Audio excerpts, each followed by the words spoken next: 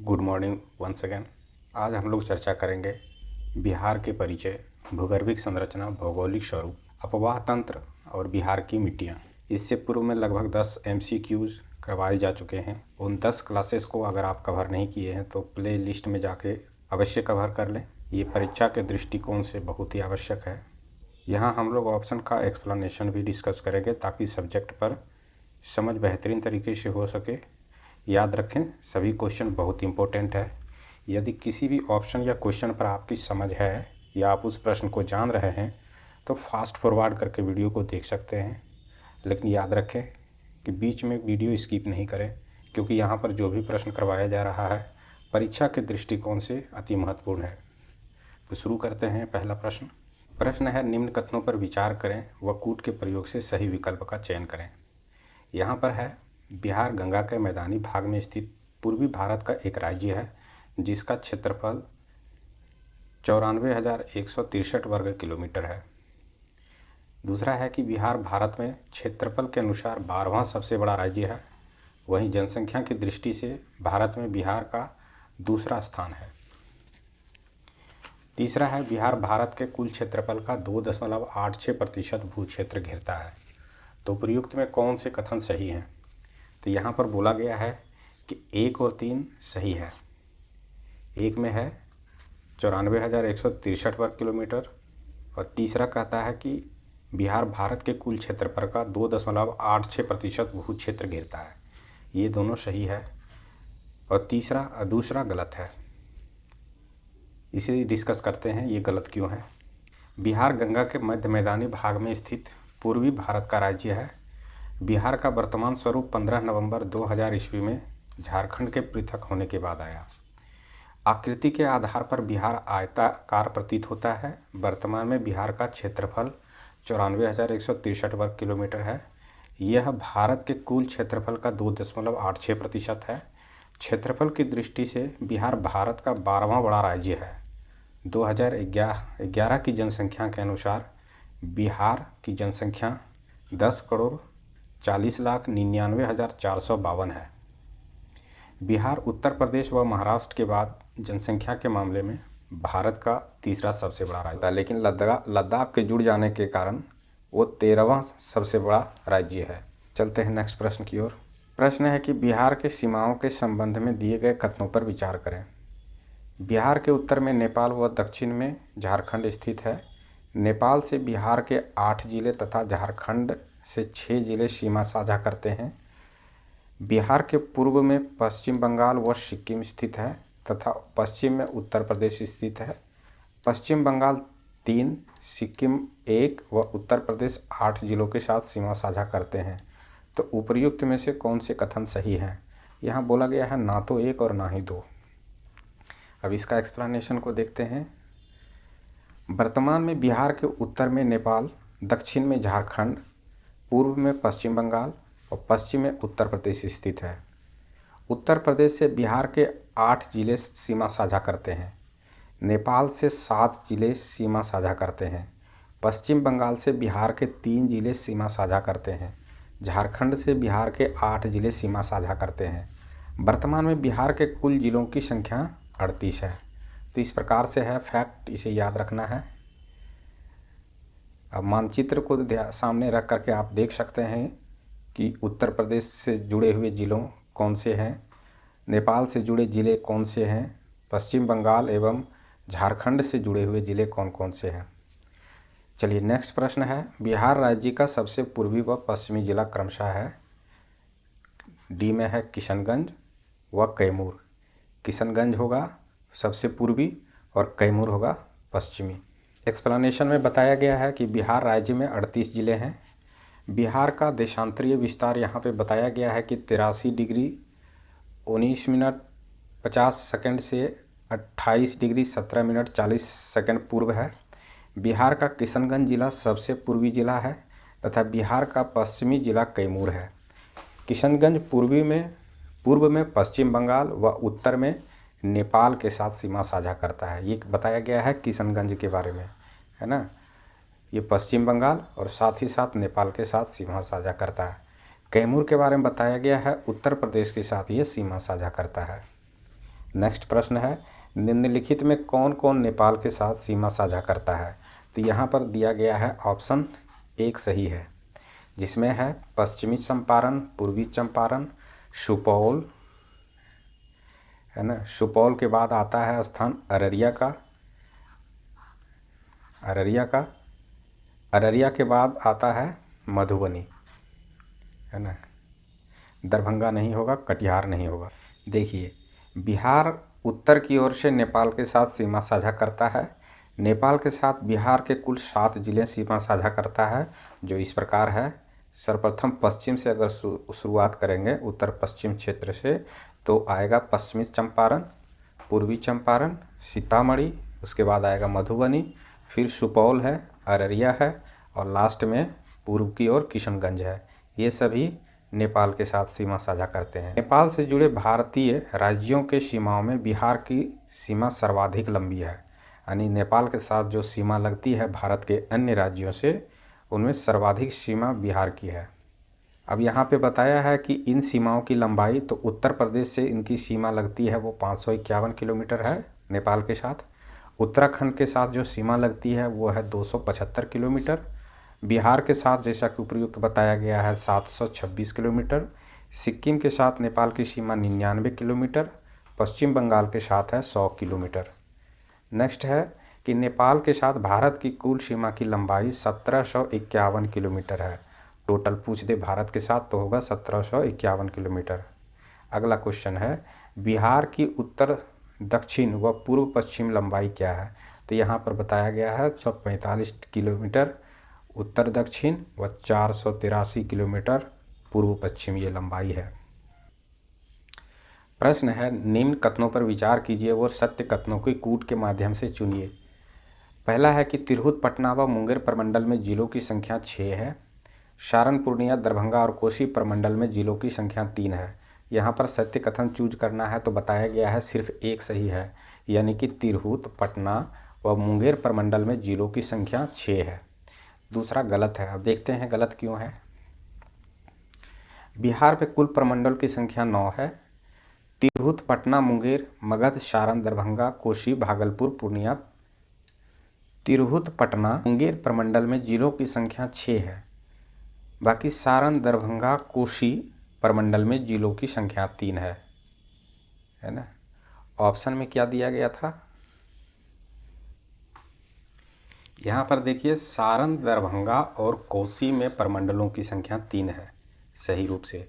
Option में क्या दिया गया था कि सारण, पूर्णिया, दरभंगा और कोसी 4 जिलों का नाम बताया था। इस कारण से ऑप्शन 2 गलत है। फिर है कि मगध में 5, पूर्णिया में 4 और भागलपुर में 2 जिले हैं। तो इस प्रकार से इसका एक्सप्लेनेशन है। देखिए, प्रश्न है कि निम्न कथनों पर विचार करें व कूट के माध्यम से सही विकल्प का चयन करें। कोसी प्रमंडल में 3 जिले हैं। सारण प्रमंडल में मुजफ्फरपुर, सिवान, सारण व गोपालगंज जिले शामिल हैं। दरभंगा प्रमंडल में दरभंगा, सहरसा, सुपौल जिले शामिल हैं। तो हमें यहाँ पर असत्य कथन को चूज करना है। तो यहाँ पर बताया गया है इनमें से असत्य कथन 2 और 3 है। 2 और 3 जो है ये असत्य है, और 1 जो है वो सही है। कोसी प्रमंडल में 3 जिले हैं, ये मूल रूप से सही है। अब देखते हैं 2 और 3 गलत कैसे है। बिहार में प्रमंडलों की संख्या 9 है। कोसी प्रमंडल में 3 जिले हैं, जिसमें सुपौल, मधेपुरा और सहरसा है। सारण प्रमंडल में 3 जिले हैं। सारण प्रमंडल के बारे में बताया गया है, इनमें 3 जिले हैं। पहला है सारण, दूसरा है सिवान और तीसरा है गोपालगंज। दरभंगा प्रमंडल के जिले हैं दरभंगा, मधुबनी व समस्तीपुर। इस प्रकार से ऑप्शन को बताया गया है एक्सप्लेनेशन में। नेक्स्ट प्रश्न है, निम्नलिखित कथनों पर विचार कीजिए और सही विकल्प का चयन कीजिए। 15 नवंबर 2000 को झारखंड बिहार से पृथक होकर भारत का 28वां राज्य बना। पुराने बिहार का 45.85% जमीन लेकर झारखंड राज्य बना। उपर्युक्त में से सही कथन हमें बताना है, तो 1 और 2 दोनों सही है। यहाँ पर बिहार का जितना भूमि लेकर के झारखंड बना उसे याद रखना है। कौन सा राज्य बना था? तो 28वां राज्य बना था, क्योंकि उस साल 3 राज्य बने थे भारत में, अलग अलग राज्य से बंटकर। तो झारखंड का जो बना था राज्य वो 28वां राज्य था। नेक्स्ट क्वेश्चन है, बिहार में धारवाड़ संरचना निम्न में से किस क्षेत्र में पाई जाती है? उत्तर होगा राजगीर व गया के पहाड़ी क्षेत्र में। बिहार में संरचनात्मक दृष्टिकोण से प्री कैम्ब्रियन कल्प से लेकर चतुर्थ कल्प तक की चट्टानें पाई जाती है ना। प्री कैम्ब्रियन से लेकर चतुर्थ कल्प की चट्टानें पाई जाती है। प्री कैम्ब्रियन युग की धारवाड़ चट्टान बिहार के दक्षिण पूर्वी भाग में मुंगेर जिला, खड़गपुर के पहाड़ी, जमुई, बिहार शरीफ, नवादा, राजगीर, बोधगया आदि क्षेत्रों में पाई जाती है ना। याद रखना है, प्री कैम्ब्रियन युग की चट्टानें बिहार के ये जो दक्षिणी राज्य है वहाँ, दक्षिणी जिले हैं वहाँ पाई जाती है। प्रश्न है कि विंध्यन चट्टानों का प्रसार बिहार के किस भाग में है? तो इसका उत्तर होगा ऑप्शन बी, कैमूर की पहाड़ी में। विंध्यन चट्टान का निर्माण प्री कैम्ब्रियन युग में हुआ है ना। विंध्यन चट्टान का निर्माण प्री कैम्ब्रियन युग में हुआ है। यह चट्टान बिहार के दक्षिण पश्चिम भाग में पाई जाती है। इसका विस्तार सोन नदी के है ना उत्तर में रोहतास व कैमूर जिले में कैमूर पठार के रूप में है ना। इसका विस्तार जो है कैमूर पठार के रूप में है। इन चट्टानों के ऊपर सोन नदी घाटी में जलोढ़ का निक्षेप पाया जाता है। जीवाश्म युक्त इन चट्टान में डोलोमाइट, चूना पत्थर, बलुआ पत्थर और क्वार्ट्ज़ाइट चट्टानें पाई जाती हैं। इन चट्टानों को याद रखना है। साथ ही याद रखना है कि इन चट्टानों में जीवाश्म भी पाए जाते हैं। नेक्स्ट क्वेश्चन है, गंगा के मैदानी भागों में परतदार चट्टान के रूप में पाई जाने वाली चट्टान है, उसका नाम है क्वाटरनरी चट्टान। क्वाटरनरी चट्टान गंगा के मैदानी क्षेत्र में परतदार चट्टान के रूप में पाई जाती है, जिसका निर्माण कार्य आज भी जारी है। गंगा के मैदान टेथिस सागर के अवशेष है, जिसका निर्माण गंगा व उसकी सहायक नदियों द्वारा अवसाद जमा करने से हुआ है। हिमालय का निर्माण भी टेथिस सागर के मलबे पर संपीड़न शक्ति से हुआ है। जिस समय हिमालय का निर्माण हो रहा था उसी समय हिमालय के दक्षिण में एक विशाल गर्त का निर्माण हुआ। इस गर्त में प्रायद्वीपीय हिमालयी नदियाँ द्वारा लाए गए अवसादों द्वारा इस मैदान का निर्माण हुआ। इस मैदान का निर्माण जलोढ़, बालू, बजरी पत्थर और कांग्लोमेरेट से बनी चट्टानों से हुआ है। इसे याद रखना है। नेक्स्ट है, बिहार के निम्नलिखित हिस्सों में से कौन सा हिस्सा भूतात्विक दृष्टि से अपेक्षाकृत पुराना है? तो इसका उत्तर होगा छोटा नागपुर का पठारी भाग। एक्सप्लेनेशन में देखते हैं। छोटा नागपुर के पठारी भाग के अंतर्गत आने वाली पहाड़ियाँ भूतात्विक दृष्टि से सबसे पुरानी है। इसका निर्माण प्री कैम्ब्रियन कल्प में हुआ है। बिहार के दक्षिण पूर्वी भाग में बिखरी खड़गपुर, जमुई, बिहार शरीफ, नवादा, राजगीर व गया की पहाड़ियाँ तथा राजमहल की पहाड़ियाँ इसके अंतर्गत आती है। उत्तर गंगा का मैदान भाग भूतात्विक दृष्टि से सबसे नवीन है। अगर पूछ देगा सबसे नवीन कौन सा क्षेत्र है तो उत्तर गंगा का मैदानी भाग ये सबसे नवीन है। नेक्स्ट प्रश्न की ओर चलते हैं। निम्न कथनों पर विचार कीजिए व सही विकल्प का चयन कीजिए। पहला कथन है, उत्तरी गंगा के मैदान में प्राकृतिक रूप से जलमग्न निम्न भूभाग पाया जाता है जिसे चौर या मन कहा जाता है। दूसरा है कि चौर अथवा मन मूलतः गोखुर झील है जिसका निर्माण नदियों के मार्ग परिवर्तन से हुआ है।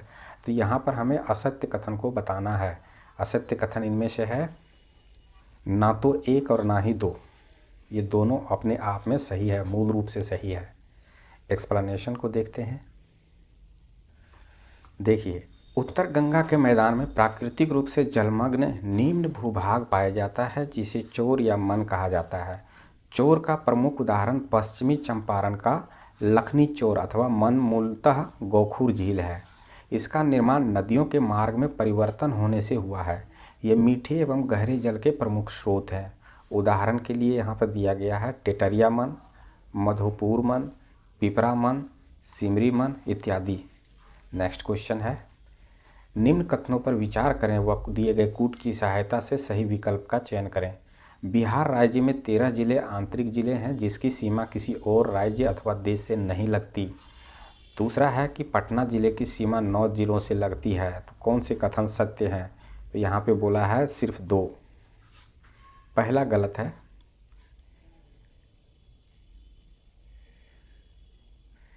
देखिए यहाँ है कि बिहार राज्य के 16 जिले आंतरिक जिले हैं जिनकी सीमा किसी दूसरे राज्य अथवा देश से नहीं लगती। इस कारण से पहला ऑप्शन जो है वो गलत हो गया, वहाँ पर 13 जिले लिखा हुआ था। इस तरह के वो जो जिले हैं, शिवहर है, मुजफ्फरपुर है, वैशाली है, दरभंगा है, समस्तीपुर है, सहरसा है, मधेपुरा है, खगड़िया है, बेगूसराय है, पटना, नालंदा, लखीसराय, शेखपुरा, अरवल, जहानाबाद, मुंगेर है। इस तरह से 16 जिले हैं। पटना जिले की सीमा 9 जिलों से लगती है जो इस प्रकार है। भोजपुर है, सारण है, वैशाली है, समस्तीपुर है, बेगूसराय, लखीसराय, नालंदा, जहानाबाद और अरवल है। 15वां प्रश्न है, गंगा के उत्तरी मैदान भाग में कांप मिट्टी और बालू से निर्मित भाग को क्या कहा जाता है? तो उत्तर होगा दियारा। दियारा भूमि का वह टुकड़ा है जो दशकों से रेत के जमाव के परिणाम स्वरूप गंगा नदी के मैदानों के बीच में पाया जाता है। अवसादन और बुवाई की प्रक्रिया में यह मिट्टी प्राकृतिक लेवों के बीच विकसित हुई है जो आमतौर पर मुख्य रूप से जून अक्टूबर के दौरान ये जलमग्न हो जाती है। नेक्स्ट क्वेश्चन है, निम्न कथनों पर विचार कीजिए व कूट के माध्यम से सही विकल्प का चयन करें। पहला है कि बिहार राज्य का मैदानी भाग 90,650 वर्ग किलोमीटर क्षेत्र में विस्तृत है। बिहार में गंगा का मैदान 56,980 वर्ग किलोमीटर क्षेत्र में विस्तृत है। तो उपर्युक्त असत्य कथन हमें यहाँ बताना है। यहाँ पे बोला है ना तो एक और ना ही दो, यानी कि मूल रूप से ये सभी अपने आप में सही है कि बिहार राज्य का मैदानी भाग जो है कितने किलोमीटर में फैला हुआ है, तो 90,650 वर्ग किलोमीटर क्षेत्र में।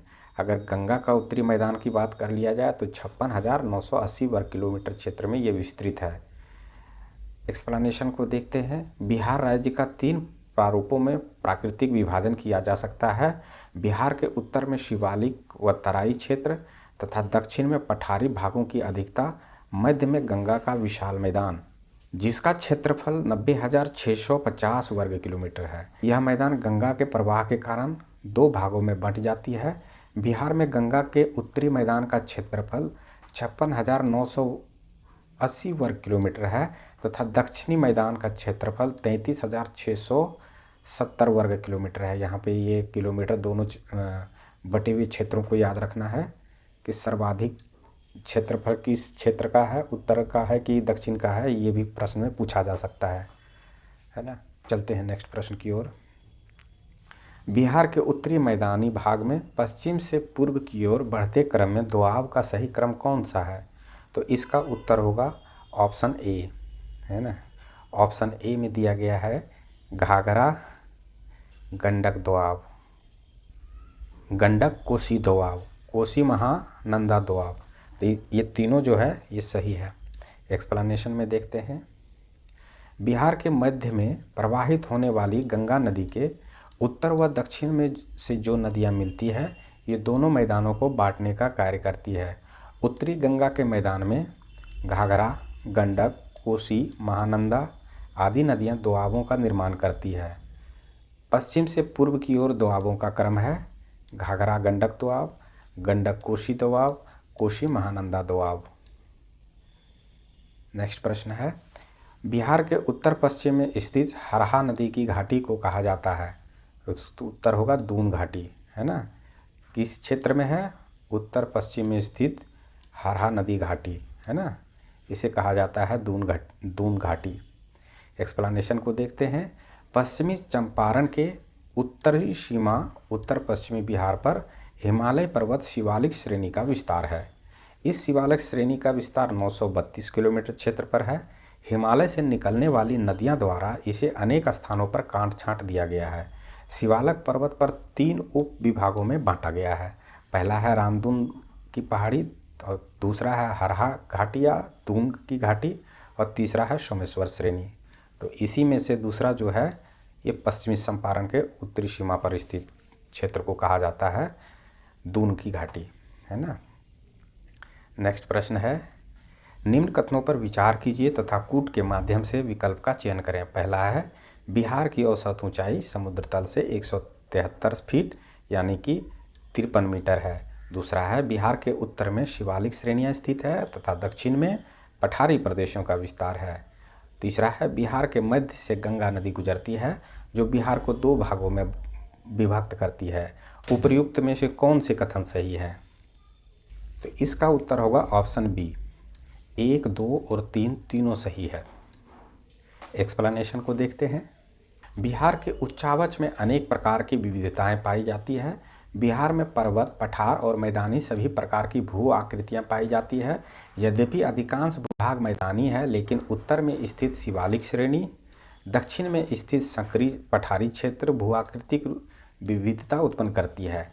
बिहार की औसत ऊंचाई समुद्र तल से 173 फीट यानी कि 53 मीटर है। बिहार के मध्य से गंगा गुजरती है जो बिहार को 2 भागों में विभक्त करती है, उत्तरी बिहार और दक्षिणी बिहार। नेक्स्ट क्वेश्चन है, निम्न कथनों पर विचार कीजिए व सही विकल्प का चयन कीजिए। पहला है कैमूर श्रेणी, कैमूर व रोहतास का पठार विंध्य श्रेणी का पूर्वी भाग है। इसका विस्तार 483 किलोमीटर है लंबाई में तथा अधिकतम 80 किलोमीटर की चौड़ाई में जबलपुर से रोहतास तक है। इसका सबसे ऊंचा भाग रोहतासगढ़ का किला है जिसकी ऊंचाई 495 मीटर है। तीसरा है कैमूर पठार सोन नदी द्वारा छोटा नागपुर पठार से विभाजित होती है। तो बोलता है कि उपर्युक्त कौन से कथन सत्य है? तो यहाँ पर 1, 2 और 3 तीनों सही है ना। प्रश्न को एक बार फिर से देख लें पॉज करके। चलते हैं नेक्स्ट प्रश्न की ओर, लेकिन इससे पहले इस प्रश्न का एक्सप्लेनेशन को देख लेते हैं। दिया गया है कैमूर या रोहतास का पठार विंध्य श्रेणी के पूर्वी भाग है। इसका विस्तार 483 किलोमीटर है लंबाई में तथा अधिकतम 80 किलोमीटर की चौड़ाई में जबलपुर यानी कि मध्य प्रदेश से प्रारंभ होकर रोहतास ये जो बिहार में है वहाँ तक है। कैमूर पठार की सतह अपरदित एवं ऊबड़ खाबड़ है। इस पठार क्षेत्र की औसत ऊंचाई 300 से 450 मीटर के मध्य है। कैमूर पठार की सबसे ऊंची चोटी रोहतासगढ़ है जिसकी ऊंचाई 495 मीटर है। यह छोटा नागपुर पठार से सोन नदी द्वारा अलग होता है ना, याद रखना है। यह छोटा नागपुर पठार से सोन नदी द्वारा अलग होता है। इस पठार में बलुआ पत्थर की अधिकता पाई जाती है ना, ये भी याद रखना है। इस पठार में किसकी अधिकता है? तो बलुआ पत्थर की। नेक्स्ट क्वेश्चन है, कमला नदी बिहार में किस स्थान पर प्रवेश करती है? उत्तर होगा जयनगर। कमला नदी नेपाल के महाभारत श्रेणी से निकलकर तराई क्षेत्र में प्रवाहित होते हुए बिहार के जयनगर यानी कि मधुबनी में प्रवेश करती है। मिथिला श्रेणी में इसे गंगा के समान पवित्र माना जाता है। इसकी सहायक नदियां हैं, जो प्रमुख सहायक नदियां हैं, सोनी है, ढोरी है, बलान आदि है। बलान नदी इसमें पिपरा घाट के निकट मिलती है। कमला नदी बिहार में 120 किलोमीटर प्रवाहित होती हुई कई धाराओं में विभक्त हो जाती है। एक धारा कोसी में और दूसरी धारा बागमती नदी में मिलती है। नेक्स्ट प्रश्न है, घाघरा नदी के विषय में क्या सही नहीं है? यहाँ पर ऑप्शन दिया गया है 4। इसमें से बताया गया है कि ऑप्शन डी जो है वो सही नहीं है। घाघरा नदी नारायणी व काली नदी के नाम से जाना जाता है, ये सही नहीं है। एक ए, बी और सी सही माना गया है। घाघरा नदी का उद्गम स्थल तिब्बत में मापचुंगो हिमानी से है। नेपाल में करनाली के नाम से बहते हुए भारत में प्रवेश करती है। भारत में उत्तर प्रदेश व बिहार की सीमा बनाते हुए छपरा के पास गंगा में मुहाना बनाती है। इसकी एक धारा सरयू कहलाती है जो पुनः इसी में मिल जाती है ना। ये सभी क्या है? ये मूल रूप से सही एक्सप्लेनेशन है घाघरा नदी के बारे में। आप देखते हैं डी गलत क्यों है। घाघरा नदी का उद्गम स्थल तिब्बत में मापचाचुंगो हिमानी से है। नेपाल में करनाली के नाम से तथा सीमा क्षेत्र में लखनदई के नाम से जाना जाता है। मूलतः उत्तर प्रदेश में बहने वाली नदी है। उत्तर प्रदेश में एक और धारा सरयू इससे अलग होती है, पुनः इससे ही मिल जाती है। यानी वो धारा जो अलग होती है सरयू के नाम से पुनः इसी में आकर के मिल जाती है। फिर है कि उत्तर प्रदेश व बिहार की सीमा बनाते हुए छपरा के समीप ये गंगा में मिल जाती है। फिर है नारायणी, गंडक व काली शारदा को कहा जाता है, इसलिए विकल्प डी गलत है। ऑप्शन में कहा गया था कि नारायणी, गंडक व काली घाघरा को नदी को कहा जाता है, जो गलत है। ये सभी कहा जाता है शारदा नदी को। प्रश्न है अंतः सलील या लीलाजन के नाम से किस नदी को जाना जाता है? उत्तर होगा फल्गु नदी। फल्गु नदी को छोटा नागपुर के पठार से कई धाराओं के रूप में निकलती है। इसकी मुख्य धारा निरंजना कहलाती है। बोधगया के पास इसमें मोहना नामक नदी मिलती है। मोहना से मिलने के बाद इसे फल्गु के नाम से जाना जाता है। यह नदी अंतः सलील या लीलाजन के नाम से भी जानी जाती है। जहानाबाद के जिला में बराबर के पहाड़ियों के पास यह नदी 2 शाखाओं में बंट जाती है। आगे चलकर फल्गु नदी अनेक शाखाओं भूतही, कररुआ, लोकायन, महताइन आदि में विभक्त हो जाती है। नेक्स्ट प्रश्न तो यहाँ पर बताया गया है कि यहाँ पे हमें असत्य कथन चूज करना है ना।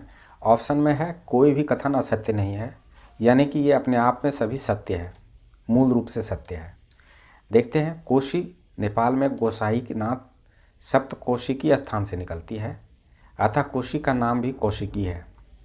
कोसी नदी 7 धाराओं के मिलने से बनी है। इन धाराओं का नाम है चंद्रावती, सनकोशी, ताम्रकोशी, लुच्छुकोशी, दूधकोशी, अरुणकोशी और तमुरकोशी। बिहार का शोक कहलाने वाली यह नदी कुर्सेला के पास गंगा में अपना मुहाना बनाती है। तो इस प्रकार से ये सभी अपने आप में सही एक्सप्लेनेशन है, गलत नहीं है। नेक्स्ट प्रश्न है हरोहर किसकी सहायक नदी है? तो उत्तर होगा क्यूल। क्यूल नदी की उत्पत्ति हजारीबाग के पठार से हुई है, इसे याद रखें। यह बिहार में जमुई जिला के सतपहाड़ी के पास प्रवेश करती है। इसका प्रमुख सहायक नदियां हैं बरनर है, अंजन है, हरोहर है जिसे हलाहल भी कहते हैं। लखीसराय के सूर्यागढ़ के समीप गंगा में ये मिल जाती है। कहाँ मिलती है? लखीसराय में। प्रश्न है कि निम्नलिखित नदियों के संदर्भ में दिए गए कथनों में से कौन से कथन असत्य हैं? पहला है कि अजय नदी दक्षिण बिहार की एक ऐसी नदी है जो दक्षिण की ओर बहती है, जमुई के बटपाड़ के से निकलकर हुगली में गिरती है। दूसरा है सक्रिय सुमागधी के नाम से भी जाना जाता है। चानन पंचाने यानी कि 5 नदियों का एकत्रित रूप है। कर्म का नाश करने वाली इस नदी का उद्गम छोटा नागपुर के पठारी भाग में हुआ है। तो यहाँ पर हमें असत्य कथन को बताना था, तो असत्य कथन डी को बोला गया है। अब इसकी चर्चा करते हैं, ये तो गलत है ना, बाकी ये सभी सत्य कथन है। अब इसकी चर्चा करते हैं।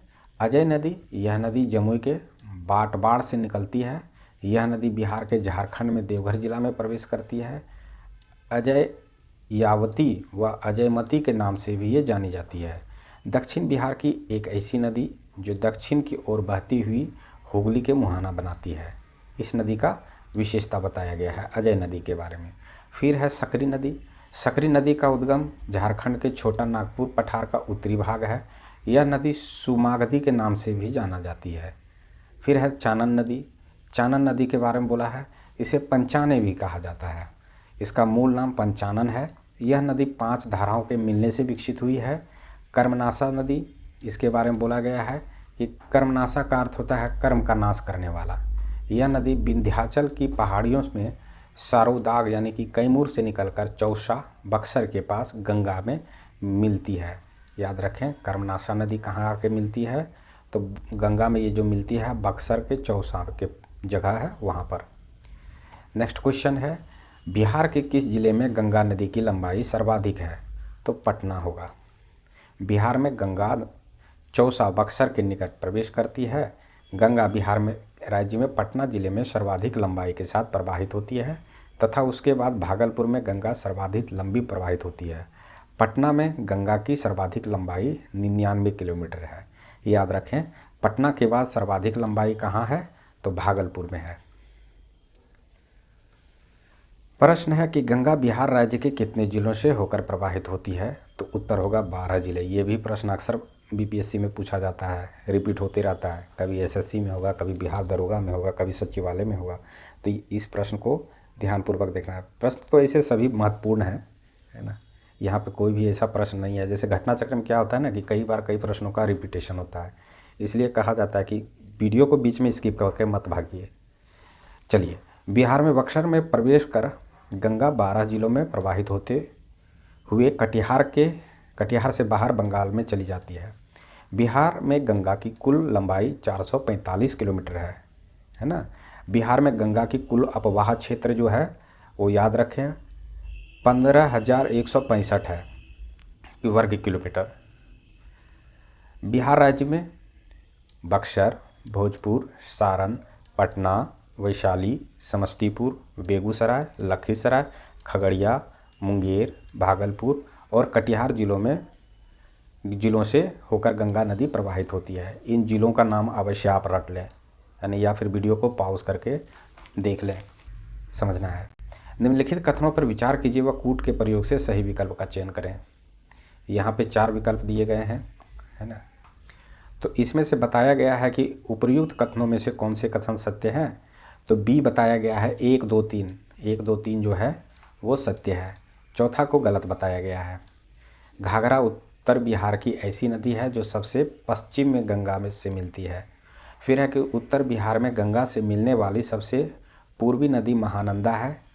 फिर है गंगा नदी के दक्षिणी भाग में सबसे पूर्व से मिलने वाली नदी चंदन है। लेकिन दक्षिण बिहार की प्रधान नदी सोन का उद्गम कैमूर पर्वत से है, ये गलत बताया गया है। अब इसकी चर्चा करते हैं। देखिए, उपर्युक्त कथनों में कौन से सत्य हैं। तो बताया गया था 1, 2, 3। उपर्युक्त 3 कथन सत्य हैं, इसलिए इसका विकल्प बी सही था। सोन दक्षिण बिहार की प्रमुख नदी है। इसका उद्गम है मध्य प्रदेश के अमरकंटक से, जो मैकाल पहाड़ी का सर्वोच्च चोटी है। यह भ्रंश से होकर बहती है। मध्य प्रदेश उत्तर प्रदेश में बहते हुए झारखंड में बिहार की सीमा बनाते हुए रोहतास जिले में प्रवेश करती है।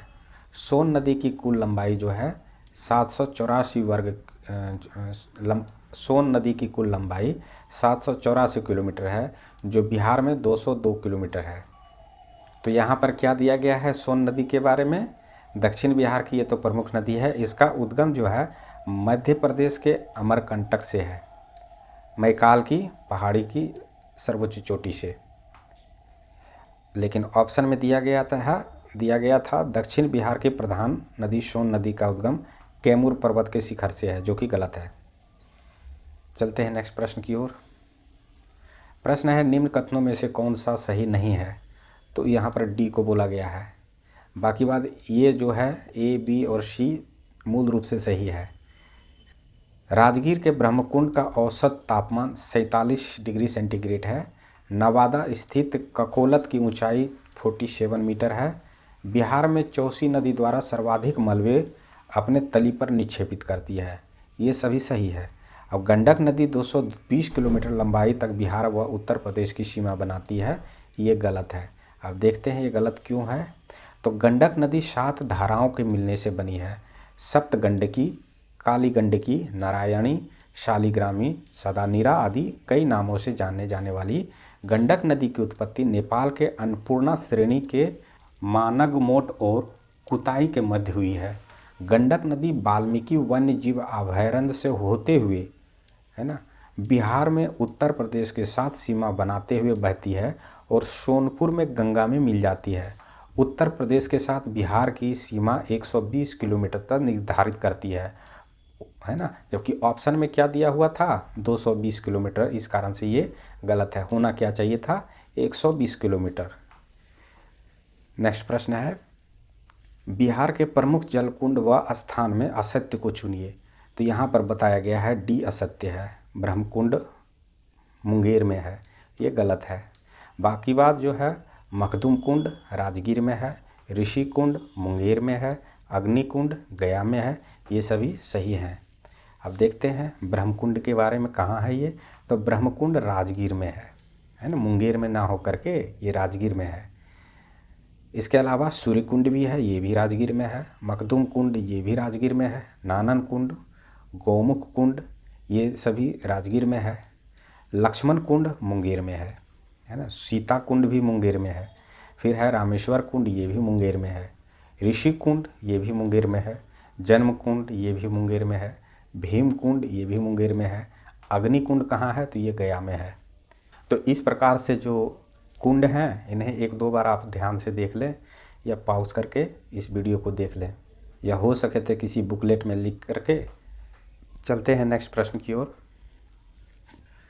प्रश्न है कि निम्न में से कौन सा जल प्रपात रोहतास में स्थित नहीं है, तो बताया गया है डी में है जियार कुंड, ये रोहतास में नहीं है। बाकी बात ओखरिन कुंड, दुर्गावती या खादर को या फिर राकिम कुंड, ये सभी रोहतास में है। जियार कुंड भोजपुर के फुलवरिया नदी पर स्थित जलप्रपात है। ये रोहतास में ना होकर कहाँ है, भोजपुर के फुलवरिया नदी पर स्थित है।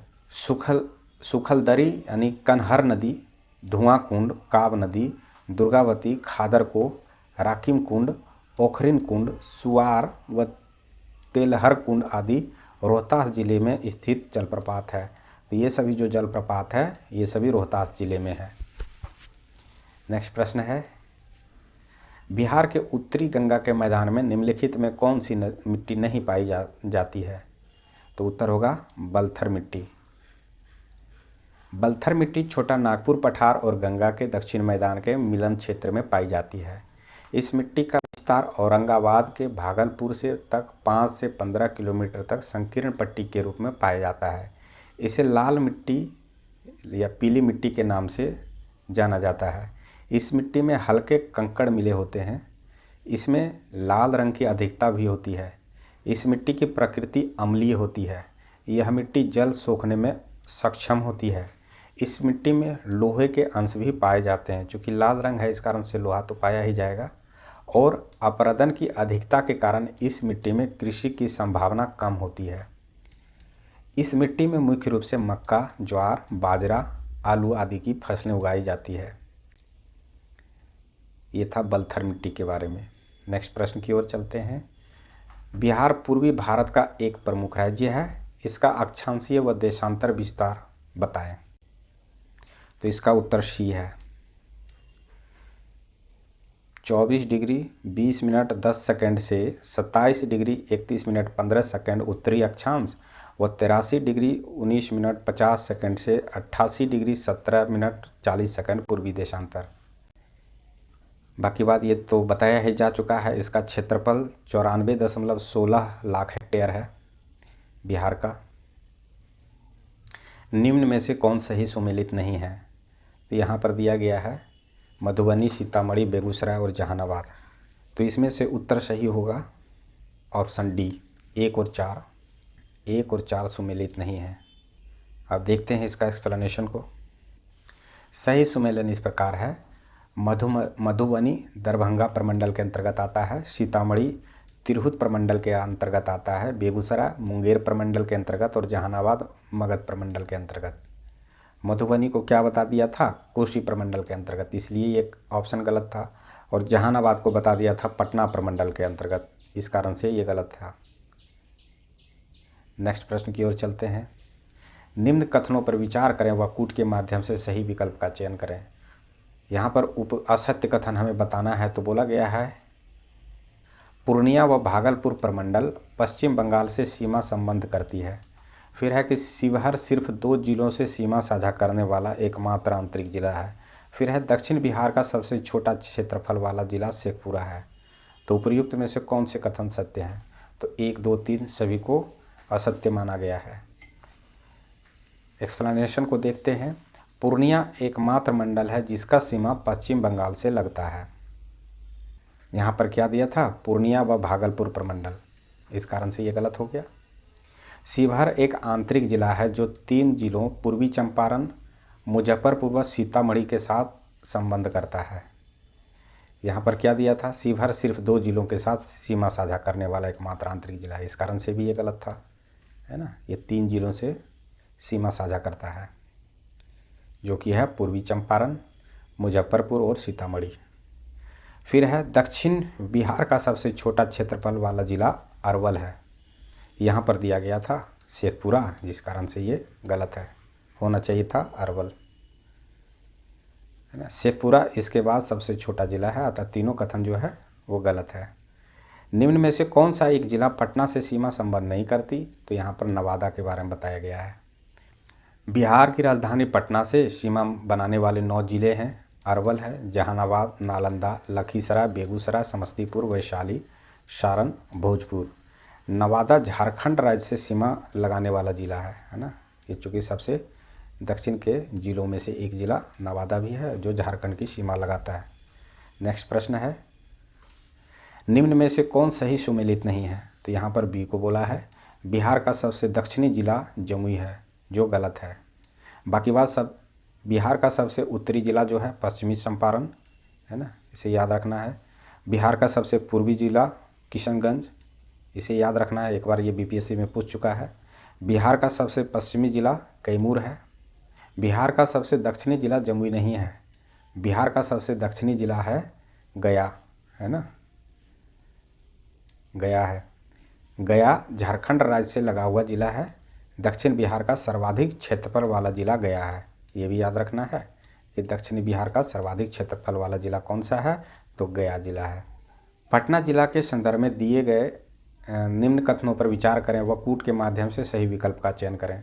पहला है कि पटना राज्य का सर्वाधिक जनसंख्या वाला जिला है। दूसरा है पटना क्षेत्रफल की दृष्टि से 7वां बड़ा जिला है। तीसरा है पटना जिले के लिंगानुपात राज्य के से ज़्यादा है। तो उपर्युक्त में कौन से कथन सही नहीं है, यहाँ पर हमें गलत कथन को बताना है। तो यहाँ पे बोला गया है बी कथन 2 और 3 सही नहीं है। पटना जिला की सर्वाधिक जनसंख्या वाला जिला है, ये सही है। अब देखते हैं 2 और 3 गलत क्यों है। पटना क्षेत्रफल की दृष्टि से राज्य का 9वां सबसे बड़ा जिला है, जिसका क्षेत्रफल 3202 वर्ग किलोमीटर है। पटना बिहार का सर्वाधिक जनसंख्या वाला जिला है। इसकी जनसंख्या यहाँ पर देख लें 58,38,465 है। पटना ज़िले में लिंगानुपात जो है 897 है, जो बिहार के लिंगानुपात 918 से कम है ना। तो इन्हीं सब कारणों से ऑप्शन 2 और 3 असत्य है। ऑप्शन में बताया गया था कि 7वां सबसे बड़ा ज़िला है, लेकिन ये होगा 9वां सबसे बड़ा ज़िला।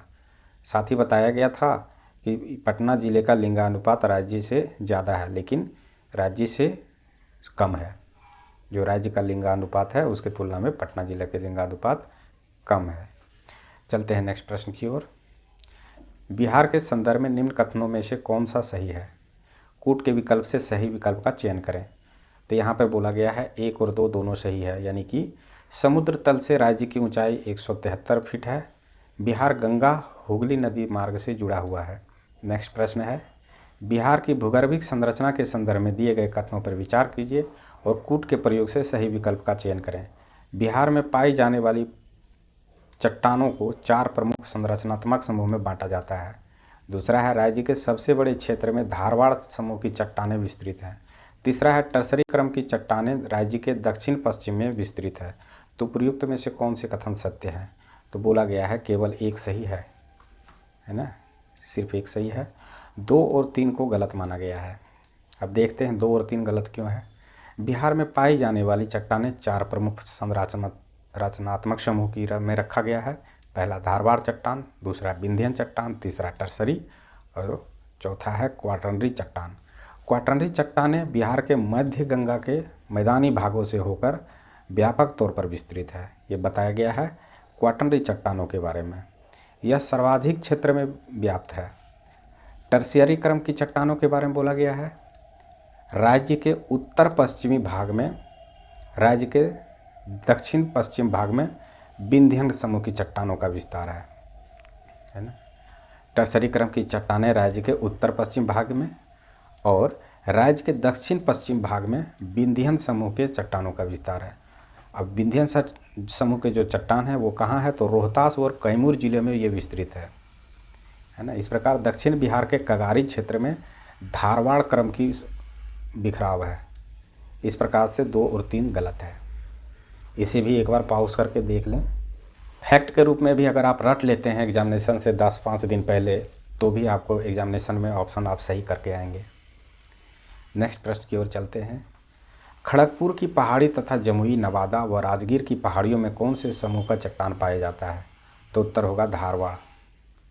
धारवाड़ चट्टानें प्री कैम्ब्रियन युग से निर्मित हुई हैं। ये बिहार के दक्षिण पूर्वी भाग मुंगेर में स्थित खड़गपुर पहाड़ी, जमुई, नवादा, राजगीर आदि स्थानों में पाई जाती हैं।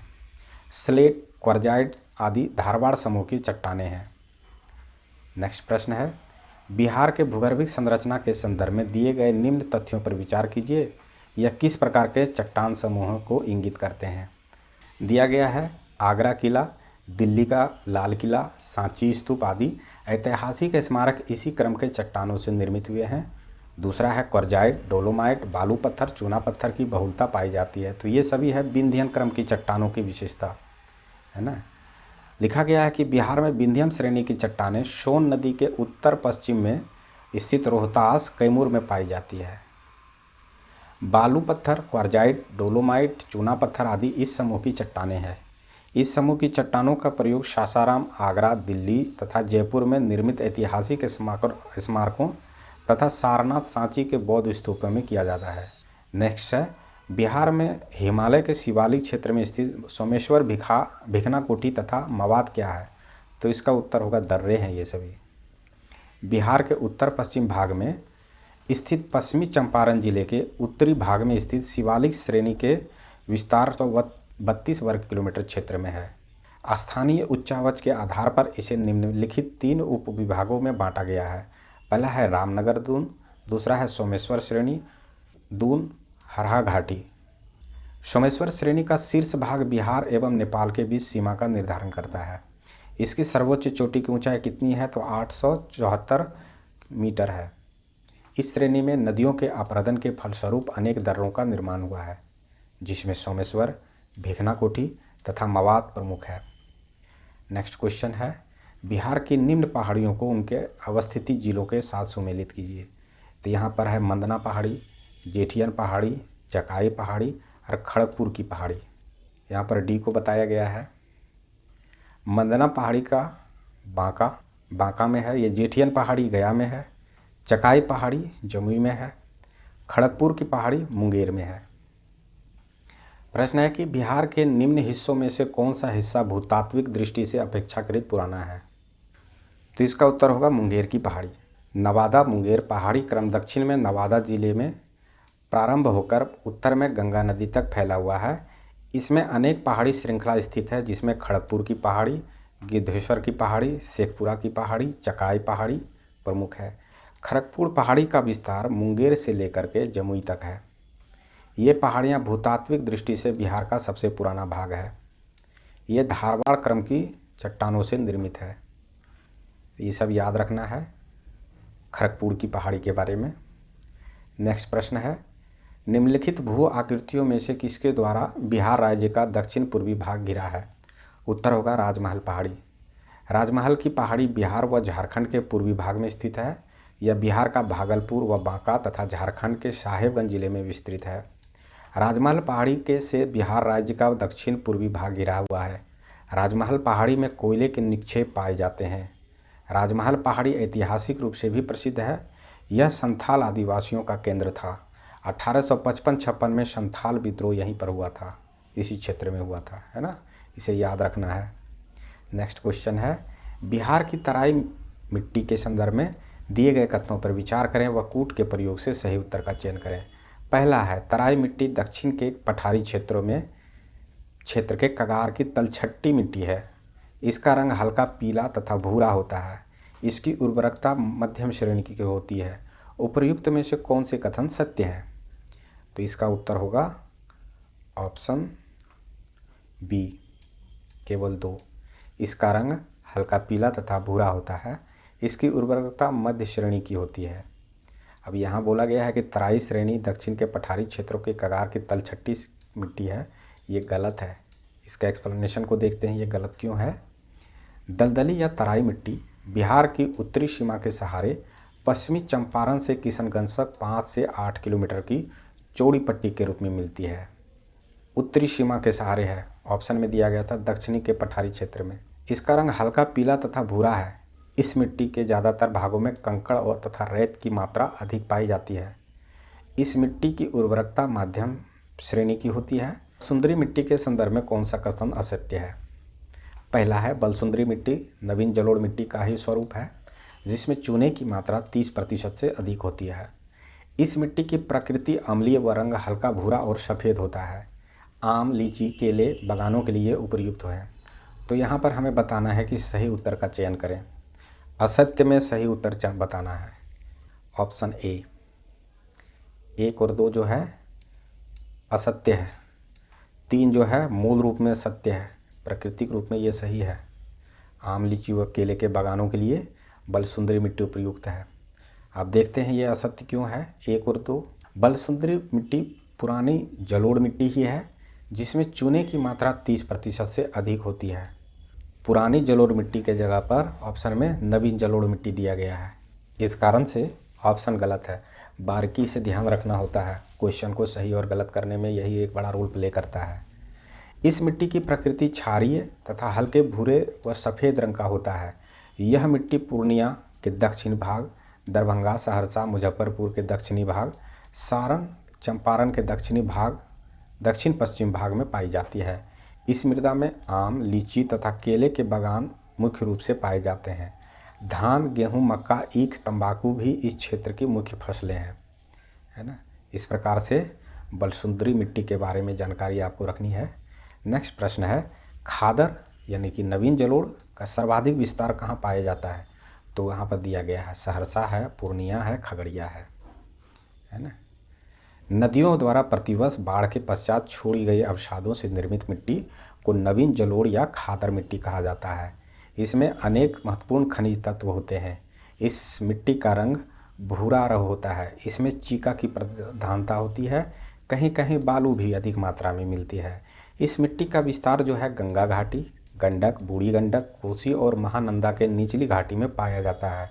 इस मिट्टी का सहरसा, मुजफ्फरपुर, दरभंगा, खगड़िया तथा पूर्णिया जिले में विस्तार पाया जाता है। यह मिट्टी काफ़ी उर्वरक होती है। इसमें धान, गेहूँ तथा जूट की खेती की जाती है। तो इस प्रकार से है नवीन जलोढ़ मिट्टी या खादर की विशेषता। नेक्स्ट प्रश्न है, लाल बलुई मृदा बिहार के क्षेत्र में कहाँ पाई जाती है। तो उत्तर होगा रोहतास व कैमूर के पठारी क्षेत्र में, है ना। लाल बलुई मृदा रोहतास तथा कैमूर जिले के पठारी क्षेत्रों में पाई जाती है।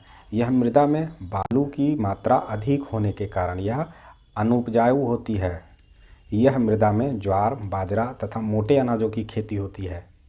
नेक्स्ट क्वेश्चन है, गंडक नदी के संदर्भ में दिए गए कथनों में से कौन सा सही नहीं है। तो यहाँ पर बोला गया है सी, लाल बकैरा, लखनदई गंडक की प्रमुख सहायक नदियाँ हैं। ये गलत है।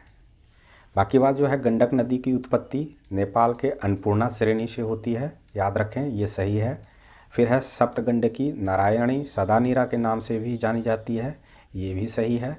त्रिवेणी नहर गंडक नदी के बाएं तट से निकलती है, ये भी सही है। अब सी गलत क्यों है, इसकी चर्चा करते हैं। गंडक नदी 7 धाराओं के मिलने से बनी है। सप्तगंडकी, काली गंडक, नारायणी, शालिग्रामी तथा सदानीरा आदि इससे कई नाम हैं।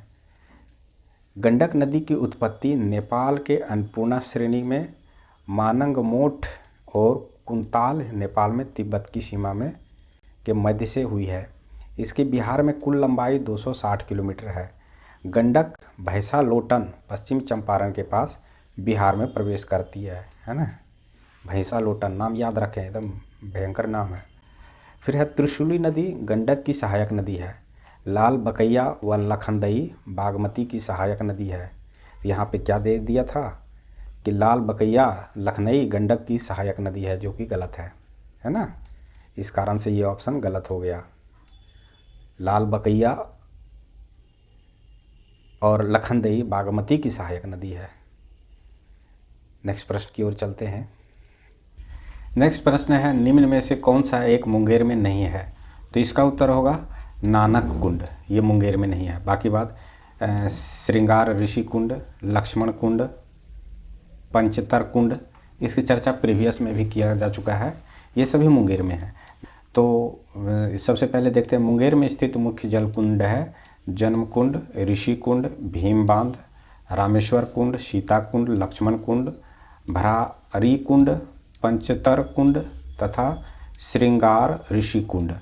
नानक कुंड है राजगीर में, है ना, याद रखना है। नेक्स्ट क्वेश्चन है, बिहार की कौन सी नदी जमुई के चकाई पहाड़ी से निकलकर दक्षिण की ओर बहते हुए झारखंड में प्रवेश करती है? तो इसका उत्तर होगा अजय नदी। अजय नदी जमुई के चकाई पहाड़ी के समीप बटपाड़ नामक स्थान से निकलती है। इसके बाद दक्षिण पूर्व की ओर बहते हुए झारखंड के देवघर व दुमका जिले में प्रवाहित होती है। अंततः ये पश्चिम बंगाल में हुगली, जो गंगा की ही दक्षिणी धारा है, अपना मुहाना वहाँ बनाती है। नेक्स्ट प्रश्न है, बिहार के नदियों के संदर्भ में कौन सा असत्य है? तो इसमें से है कर्मनाशा नदी का उद्गम छोटा नागपुर पठार से होता है, ये गलत है। बाकी बात, बूढ़ी गंडक नदी को सामान्यतः गंडक की परित्यक्त धारा माना जाता है। घाघरा को करनाली व सरयू के नाम से भी जाना जाता है। पुनपुन नदी फतुहा पटना के पास गंगा में मिल जाती है। ये सभी सही है, मूल रूप से सही है। और डी जो है उद्गम इसका छोटा नागपुर पठार से नहीं है। देखते हैं, कर्मनाशा नदी विंध्याचल पहाड़ियों से कैमूर श्रेणी में सारोदाग से निकलकर बिहार उत्तर प्रदेश की सीमा बनाते हुए चौसा के पास गंगा में मिल जाती है। सारोदाग यहाँ से निकलती है कर्मनाशा नदी। फिर है कि बिहार के प्रमुख जल निमग्न आर्द्र भूमियों में से कौन से अपने अवस्थिति के साथ सुमेलित नहीं है? तो यहाँ पर बताया गया है ए जो है वो सुमेलित नहीं है। सिमरी बख्तियारपुर झील बेगूसराय, ये सुमेलित नहीं है।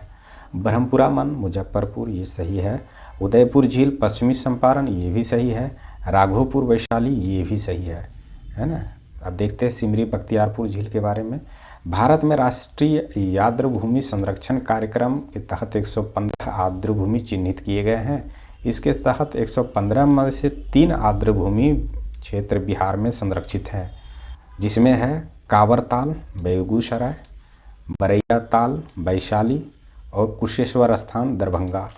फिर है बिहार राज्य सिंचाई आयोग 1971 राज्य की 3 लाख हेक्टेयर से भी अधिक भूमि को आर्द्र भूमि के रूप में चिन्हित किया है। कितना? 3 लाख हेक्टेयर। आर्द्र पर्यावरण एवं जैव विविधता के साथ साथ आर्थिक एवं संसाधनात्मक महत्व भी रखती है, जैसे मत्स्य का पालन, मखाना, सिंघाड़ा उत्पादन। बाढ़ नियंत्रण में भी निम्न भूमि चौर है, मन है, दियारा है आदि उपयोगी है, क्योंकि बाढ़ के समय नदियों का अतिरिक्त जल इसमें संग्रहित होता है। बिहार की कुल आर्द्र निम्न जल भूमि का 21% निजी स्वामित्व में तथा 79% सरकारी स्वामित्व में है। नेक्स्ट है, बिहार की प्रमुख जल निम्न यानी आर्द्र भूमि है कांवर झील, जो कि बेगूसराय में है, कुशेश्वर स्थान दरभंगा, घोघा चाप्र की झील कटिहार, उदयपुर पश्चिम चंपारण, भूसारा मन मुजफ्फरपुर, ब्रह्मपुरा मन मुजफ्फरपुर, राघोपुर वैशाली। बिहार के किस जिले में तेलहर कुंड जलप्रपात अवस्थित है? उत्तर होगा कैमूर में। तेलहर जलप्रपात बिहार के कैमूर जिले के रोहतास कैमूर के पहाड़ी में दुर्गावती नदी पर स्थित है। नदी का नाम याद रख लें, दुर्गावती नदी। दुर्गावती जलाशय परियोजना पास में ही स्थित है। फिर है कि हिरण्यवाह नाम से किस नदी को जाना जाता है? उत्तर होगा सोन नदी। सोन नदी हिरण्यवाह तथा सोनभद्र के नाम से भी प्रसिद्ध है। इसका उद्गम मध्य प्रदेश के अमरकंटक से है। सोन एक ऐसी नदी है जो भ्रंश से होकर बहती है। सोन नदी विंध्य पहाड़ी व छोटा नागपुर पठार के बीच का विभाजक है।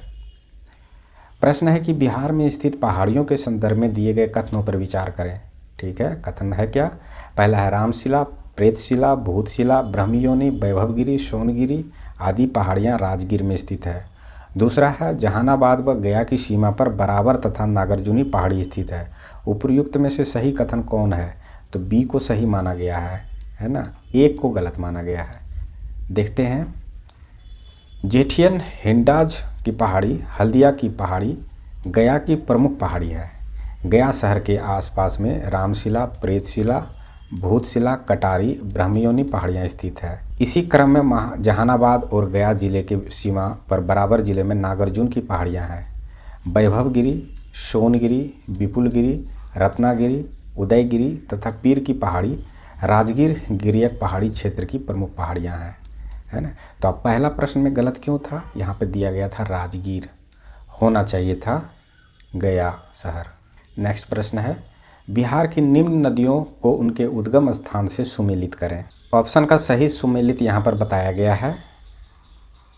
बूढ़ी गंडक है, चरेउतरा चौर पश्चिमी चंपारण में नदी और उनके उद्गम स्थल यहाँ पे बताया गया है।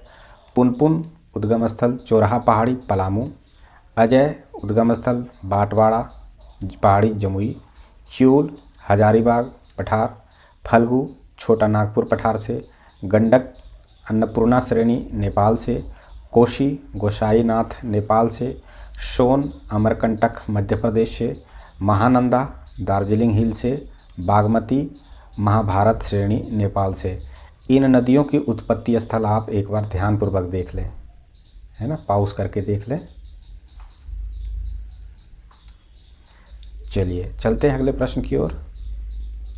बिहार के प्रमुख जलप्रपात और उनसे उनकी स्थित वाली नदियों को सही सुमेलित करें। तो यहाँ पर दिया गया है ऑप्शन बी सही है। ए का संबंध बताया गया है 3 से। धुआंकुंड जलप्रपात है काब और धोबा नदी पर। ओखरीन कुंड जलप्रपात है गोपथ नदी पर।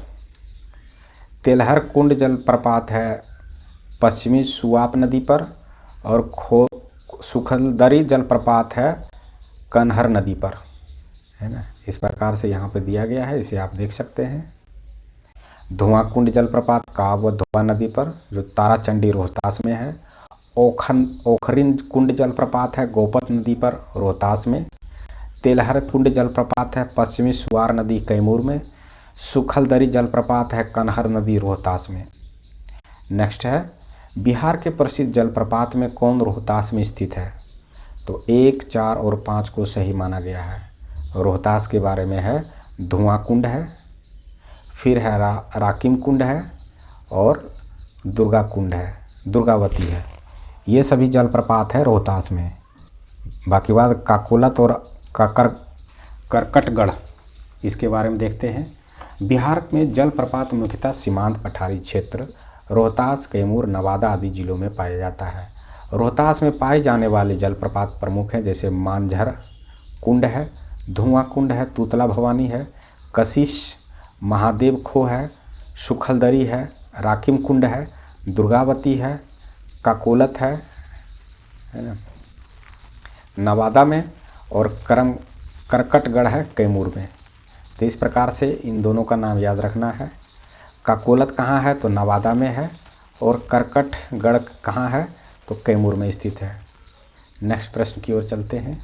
दक्षिण बिहार मैदान में जल्लाटाल क्षेत्र स्थित है। तो पटना के लखीसराय के मध्य, है ना। दक्षिण बिहार मैदान में जल्लाटाल क्षेत्र पटना के लखीसराय मध्य में स्थित है। पटना से लखीसराय के मध्य बाढ़ बढ़िया मोकामा फतुहा बख्तियारपुर और सिंघुलटाल क्षेत्र है। प्रश्न है निम्न कथनों में से कौन सा कथन सत्य है। यहाँ पर 1 और 3 को सत्य माना गया है। कैमूर की पहाड़ी क्षेत्र विंध्यन काल में निर्मित हुआ है। छोटा नागपुर पठार सबसे प्राचीन संरचना वाला क्षेत्र है। 2 को गलत माना गया है। 2 में कहा गया है कि रोहतास व औरंगाबाद विंध्यन संरचना वाला क्षेत्र है, ये गलत है। देखते हैं एक्सप्लेनेशन में। कैमूर का पहाड़ी क्षेत्र रोहतास व कैमूर जिलों में विस्तृत है। विंध्यन काल में ये निर्मित हुआ है ना। यह विंध्यन संरचना से संबंधित है। औरंगाबाद छोटा नागपुर संरचना के अंतर्गत आता है। औरंगाबाद छोटा नागपुर संरचना के अंतर्गत आता है। छोटा नागपुर पठार बिहार के सर्वाधिक प्राचीन संरचना वाला क्षेत्र है। छोटा नागपुर पठार पूर्वी उत्तर कैम्ब्रियन युगीन चट्टानों से निर्मित है। इसलिए ऑप्शन 2 में जो कहा गया है कि रोहतास व औरंगाबाद विंध्यन संरचना वाला क्षेत्र है वो गलत है। औरंगाबाद के बारे में जो बताया गया है कि ये छोटा नागपुर संरचना के अंतर्गत आता है, ना कि विंध्यन संरचना के अंतर्गत। तो ये था बिहार MCQ का, जिसके अंतर्गत हम लोगों ने बिहार की स्थिति, बिहार का परिचय, भूगर्भिक संरचना, भौगोलिक स्वरूप, अपवाह तंत्र और बिहार की मिट्टियाँ आदि के बारे में अध्ययन किया। नेक्स्ट क्लास में इससे भी महत्वपूर्ण टॉपिक की चर्चा की जाएगी। वो है बिहार की कृषि पशुपालन, सिंचाई परियोजना, उद्योग, खनिज, जनसंख्या, जनजाति व परिवहन एवं पर्यटन। अभी तक अगर आपको वीडियो पसंद आया है तो कृपया लाइक करें, शेयर करें और सब्सक्राइब ज़रूर करें। मिलते हैं नेक्स्ट क्लास में।